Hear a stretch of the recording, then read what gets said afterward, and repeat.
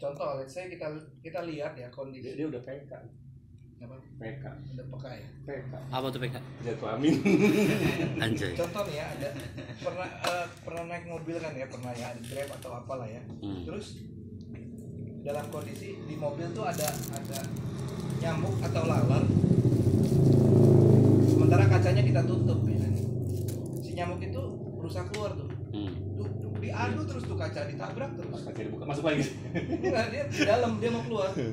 Itu berubah ya terus kacanya. Capek, akhirnya lama-lama mati. Tapi lihat semut kalau dia jalan, dia biasanya seringnya berbaris ya. Yeah. Dia punya tujuan nih, misalnya dia mau naik ke atas pohon, tiba-tiba di tengahnya ada batu. Apa yang dilakukan sama semut? Nabrak batu nggak? Enggak bro, peka bro, ini peka yang dipakai sama dia. Fleksibel, dia lewat bawah, dia lewat atas. Yang penting ketujuannya, tujuan hidup apa? Flexibility, peka. Itu yang menyebabkan. Oke, Ted, alhamdulillah gue dikasih jatuh itu. Kalau peka sama cerdas itu beda ya? Mirip. Karena cerdas itu artinya bukan pintar. Cerdas itu adalah kemampuan seseorang keluar dari masalah, bukan menyesuaikan masalah. Dia begitu solutif, kayak gini. Gimana cara saya keluar dari masalah ini? Ada hambatan, obstacle pasti banyak. Akan datang lagi. Contoh gini, ente target pengen punya mobil dalam waktu 1 tahun. Mobil apa? Harganya berapa? Nah itu ntar di cangdown. Tapi gini, ente kan di breakdown. Oh berarti sebulan saya harus nabung sekian. Pas masuk ke 2 ke 3 bulan ini kayaknya kalau segini nggak dapat dah. Yaudah deh nggak usah mobil, motor aja. Itu nggak selesai masalahnya. Berarti itu menyesuaikan diri dengan masalah. Yang tadinya pengen mobil jadi motor, berubah kan? Prinsipnya goal, target itu harus kaku. Cara fleksibel. Jangan dibalik. Goal fleksibel, cara kaku. Banyak orang tuh begitu, targetnya fleksibel, kalau nggak segini ya segini aja, segini. Caranya kaku, dia nggak mau berubah, nggak mau belajar, ya udah nggak bakal naik ke sini, segini-gini aja gitu. Kebalik. Lanjut Pak. Ya. Terus permasalahannya ada di mana sekarang? Punya masalah kan untuk mencapai kebahagiaan itu tadi? Iya. Masalah. Ada yang tahu nggak definisi masalah? Masalah apa? Masalah itu ya sesuatu yang menghambat. Sesuatu yang menghambat. Ya. Menyulitkan. Pak Minto. Nggak apa-apa Pak, sambil belajar Pak. Ya masalah itu sebetulnya banyak. Yang cita-cita nggak kesampaian itu masalah. Masalah adalah cara kita menyikapi hal lah yang jadi masalah. Sikap. Udah tahu nggak bisa keluar, makanya jadi tabrak. Mati lu. Udah tahu nggak bisa keluar lu. Jangan jadi nyamuk, jadi semut. Pintar semut. Makanya binatang yang Allah sampai bikin suratnya kan An-Naml tuh. Pintar kan. Tahu nggak pola semut tuh apa kalau suksesnya? Berbaris. Ada leadernya. Ada leader. Priwit. Nonton kartun ya. Iya. Kan dikasih visual itu. Anjing pas gua belajar itu 2 hari, Cok. Wah, ini pala gua. Wah, anjir. Udah buru-buru gue pengen ke kantor, pengen ngumpulin seluruh karyawan, tapi nggak mungkin kan, 50 orang lebih gue kumpulin dalam kayak gimana coba. Itu jadi sumber ini lagi sih. Gue dapet momen. Ini materi ini gue ngajarin gini beberapa kali koperasi di Tangerang Selatan. Keliling ngajarin ginian gitu. Berapa bayarnya? Orang bayar per orang, ada yang ngasih 1,5 juta, ada yang 3 juta. Lu dapat gratis lu, enggak dilakuin, awas lu. Yap. Siap. Dapat gratis. Siap. Dapat makan nih. Iya. Cara kita menyikapi hal lah yang jadi Masalah. Jadi, apa ya, gue masih dikit lagi ya. Kan gue tanya nih ya, 3 orang, Edi, Izar, sama Pak Minto. Langsung jawab. Langsung jawabnya itu baik atau buruk jawabannya. Ini bayangkan, langsung dibayangkan, lu ada di pinggir trotoar, langsung jawab baik atau buruk. Tiba-tiba ada ambulan lewat, pertanda baik atau buruk, Pak? Baik. Buruk. Nah, baik kenapa? Buruk. Buruk kenapa? Biasanya kalau ambulan itu bawa jenazah, bunyi Berita duka. itu bawa berita duka. Memberikan informasi. Tadi baik ya? Ada jemputan datang, ada pertolongan datang. Iya, sama kayak gitu. Menandakan bahwa ada orang yang meninggal, ada yang sakit, Musibah ya. musibah. Nah, kalau lu cuman ngomong buruk, lu ngomong baik tadi ya, Gue buruk. buruk. Terus Izan ngomong baik, terus lu ngomong baik sama buruk, ribut lu. Kayak Jokowi sama Prabowo tuh, gak pernah selesai, gak pernah ngasih tahu alasannya apa. Setiap orang tuh punya filter yang berbeda, otak yang berbeda, filter apa yang dilihat, apa yang didengar, apa yang nanti kalau masuk ke quantum class itu apa yang dirasa itu akan berbeda. Karena kita kenapa keributan, kenapa masalah itu terjadi? Karena kita tidak pernah jelas dan detail menerangkan alasan kita. Apa sih yang mempengaruhi filter otak? 1, pendidikan, pengetahuan, pengalaman, database yang udah masuk dulu. doktrin yang pernah masuk. Setan itu menyeramkan atau menyenangkan? Doktrinnya menyeramkan, tinggal energi itu dirubah menjadi menyenangkan.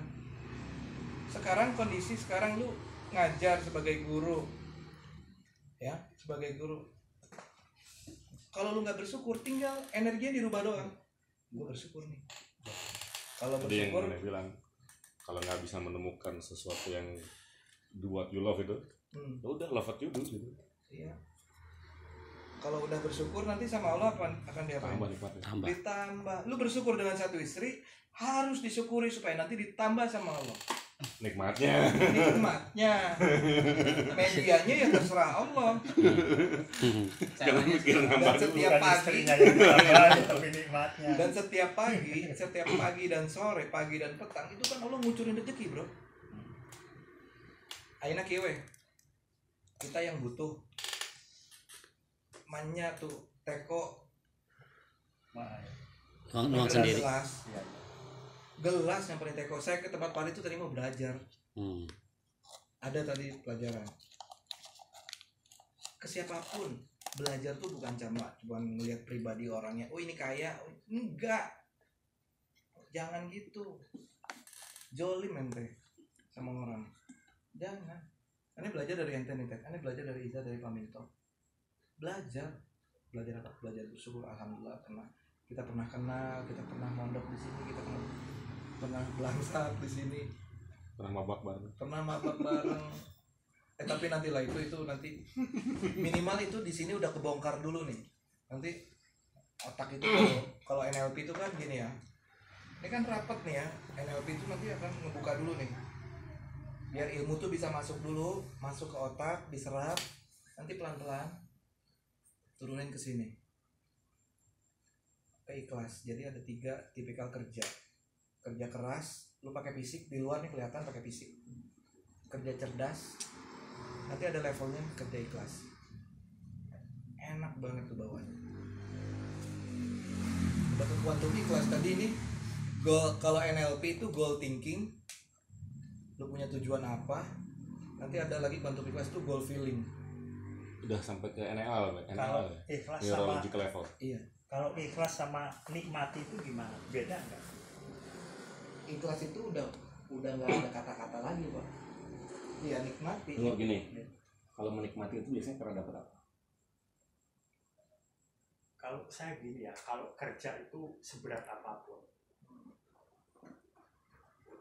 saya nyaman. Itu ikhlas, itu nikmati. Saya nikmati gitu. Iya. Jadi gini, itu udah bagus. Rata-rata orang kalau menikmati itu karena dapat apa? kebahagiaan, kenikmatan, rezeki. Nikmat. Kalau dapat musibah, Ngeluh. ikhlas itu ketika dapat musibah pun dinikmatin. Simpel. Ketika dapat masalah. Pertanyaannya tadi tuh, sebenarnya masalah tuh ada atau enggak? Enggak ada, bro. Yang ada apa? Hikmah. Makanya Islam tuh udah bagus banget. Makanya kalau kita balik ke Quran, masalah itu dari mana sih? Apa jawaban Quran? Nih cara nyikapinnya. Ini kalau ngomong NLP, kalau gue ngajinya NLP itu ke arah spiritual, ke Quran kan. Sama nih. Di Quran kayak masalah itu datang dari mana coba? Diri sendiri ya. Yes, gitu. Kata Quran gitu. Masalah itu datang dari dirimu sendiri, bukan dari Yang Allah. ciptain. Iya. Lu yang mengizinkan otak dan hati lu. Ada orang marah-marah nih. Goblok lu. Lu nerima tuh otak lu. Anjing, emang gua goblok apa? Kalau lu nerima, lu marah, lu akan jawab marah lagi. Tapi kalau lu nggak terima, jangan diterima, lu jangan dengerin. Kalaupun masuk, energinya lu rubah. Ya udah balas. Iya, pintar. Selesai. Jadi itu yang dilakukan oleh Rasulullah. Jadi cari dikunya. Bahasa mudah gini. Cari lawan. Kalau Anda sering ngasih tahu gini. Dunia itu sebenarnya netral, nggak ada maknanya. Di Quran juga gitu kan, dunia itu cuma senda gurau aja. Mau itu hal yang datang enak atau yang datang pahit, sama aja. Semua ujian juga. Mau yang datang kenikmatan atau yang datang kepahitan, sama aja. Bukan tentang dunianya, tergantung bagaimana kita memaknainya, mensikapinya. Ada orang dikasih duit banyak gini deh. Lagi begini, habis bantu-bantu gotong royong, dikasih 1 juta, tek gitu ya. 1 juta itu positif atau negatif? Ya positif, Pak. Positif. Nanti dikasih 1 juta, terus bilang, makasih ya, alhamdulillah gitu. Ya, positif, bermakna bisa jadi positif. Yang nanti dikasih 1 juta, tek, dibilang apa? Masa segini doang, enak aja gue udah capek-capek. Positif atau negatif? Negatif lah. Duitnya sama-sama 1 juta. Kok beda?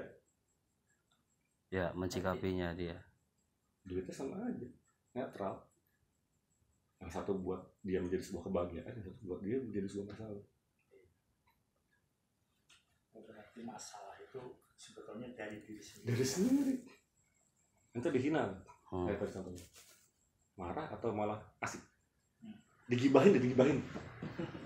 Pas tahu digibahin gimana rasanya? Kalau kita marah akhirnya apa itu?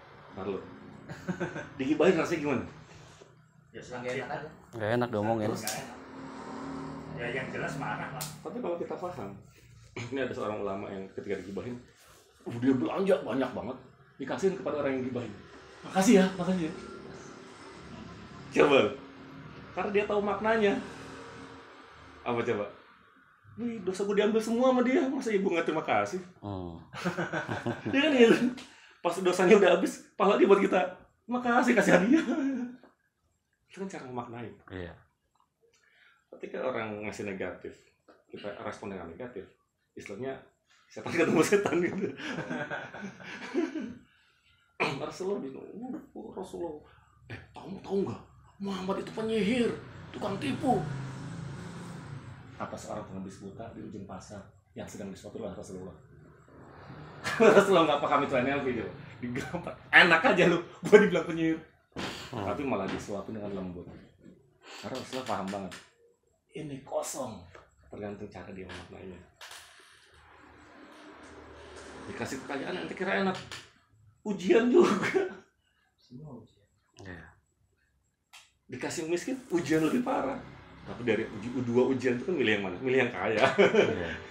Karena itu ujian bagaimana kita tetap bersyukur, tetap low profile, nggak sombong gitu.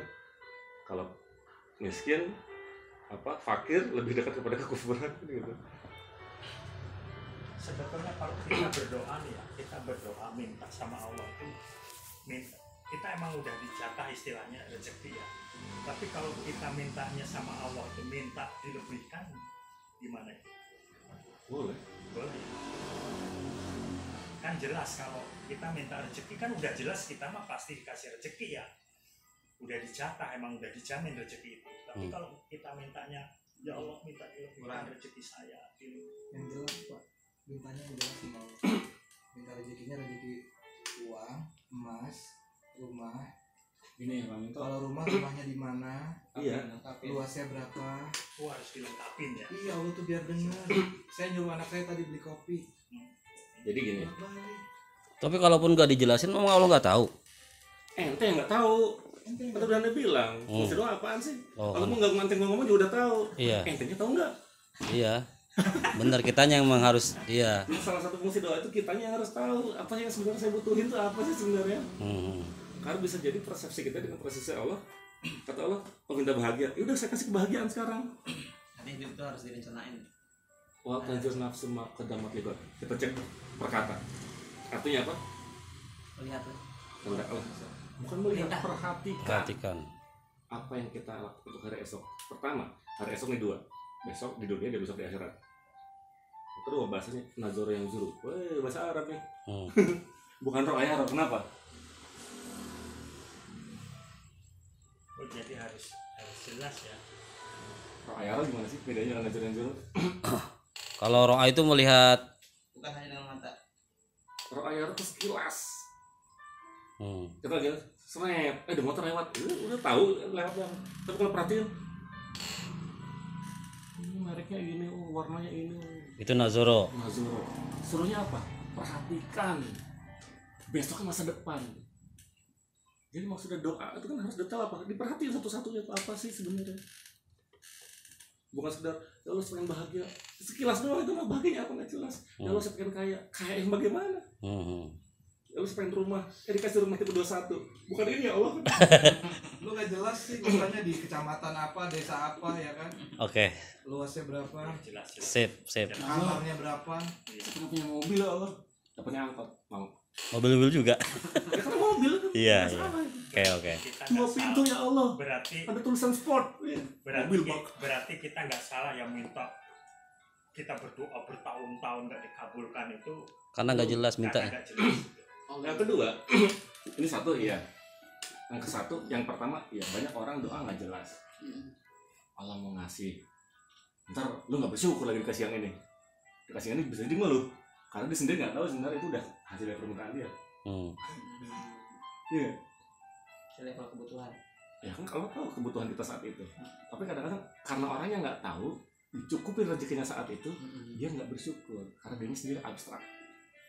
Tapi kalau dia jelas, wah ini gue pengen banget nih, dapat juga. Karena dia tahu udah mintanya itu. Subhi itu 5 tahun yang lalu nulis dia tuh nggak betah di pesantren, jadi ustad. Ngeliat abangnya aku keluar negeri gitu kan, lihat kalau itu bisnis, dia tulis sama dia pengen keluar negeri, pengen jadi trainer keliling Indonesia, ngiri. Dan dia bilang gini, tulis aja dah maunya apa. Dia gitu kan, tulis maunya apa. Tulis dah, mau mobil, rumah. Dan banyak yang nggak logis sebenarnya. Apa iya ustadz di pesantren bisa dapat gini sesuai dengan yang dia pengen, gitu kan? Tapi apa yang sekarang dia dapat? Dia beneran keliling Indonesia loh. Jadi trainer wakaf, dan itu diutus oleh pondok ngebimbing apa pesantren-pesantren yang lain di daerah-daerah. Padahal tadinya nggak mungkin. Tapi karena dia minta sama Allah, dikasih. Jelas Dengan permintaan. cara yang terserah Allah. Komentarnya harus jelas ya. Dia pengen ke Mesir, meskipun nggak kuliah di Mesir, tapi dia 3 bulan di Mesir gratis. Dan nggak mesti bisa bahasa Mesir. Nggak bisa bahasa Mesir juga. Yang tadi Tau nggak? kamu Dia di ke Mesir ngapain? Ngedampingin anak-anak santri belajar bahasa Arab 3 bulan di sana. Ya udah jalan-jalan 3 bulan puas, gratis. Pas di Mesir dia ngangkat saya. Benar juga ya. Yang dulu dia tulis tercapai, mobil dapat, rumah dapat. Coba. Berarti termasuk kalau kita pengen punya istri 2, doa sama Allah. Ekologi. Ya, harus jelas. Ada ecological check bro. Gitu. Mulai dengan ngomong ke istri pertama. jelas istrinya orang mana. Ntar lu dikasih nenek-nenek gimana? Makanya bini gue pas umroh itu jangan macem-macem doanya. Enggak lah, satu macam aja. Kenapa? Apa yang bersyukur aja punya kamu dulu. Dulu. Dulu Ciwit ya kan, sambil tawaf nih ciwit. Boleh kan gendong anak ya kan. Tapi itu ya, bisa cek di Instagram gue tuh. Kalau belum follow ya di Instagram. Ntar gue follow. Irfan. 2013 ini kejadian. Jadi kita harus bisa memvisualisasikan mimpi kita ya. Gue masih kerja 2013 di properti. Waktu itu lagi ngukur tanah bro. Gue pakai sepatu boot bantuin ngukur tanah. Ada kertas, ada papan jalan gitu kan. Gue gambar. Rumah idaman gue. Gambar. Pakai pensil, terus foto cekrek, upload ke Instagram. Wallah, masih ada di Instagram. Gue tulis di sini my planning home gitulah. Ya, ini nyata bahwa lu harus bisa nulis apa mimpi lu dan ngegambar. 2013 Maret tanggal 20 planning my private home. Sama ya sama sekarang ya. Lebih gede malah. Iya bro. Lebih gede malah tuh, merinding gua betapa baiknya Allah sama kita, bukan sama Nih. kita. Ini 2013 Jadi gini. gua upload. Ntar dulu deh. Ini buktinya. Rumah sekarang. Lihat. Mirip. Maha besar Allah. 2017 deal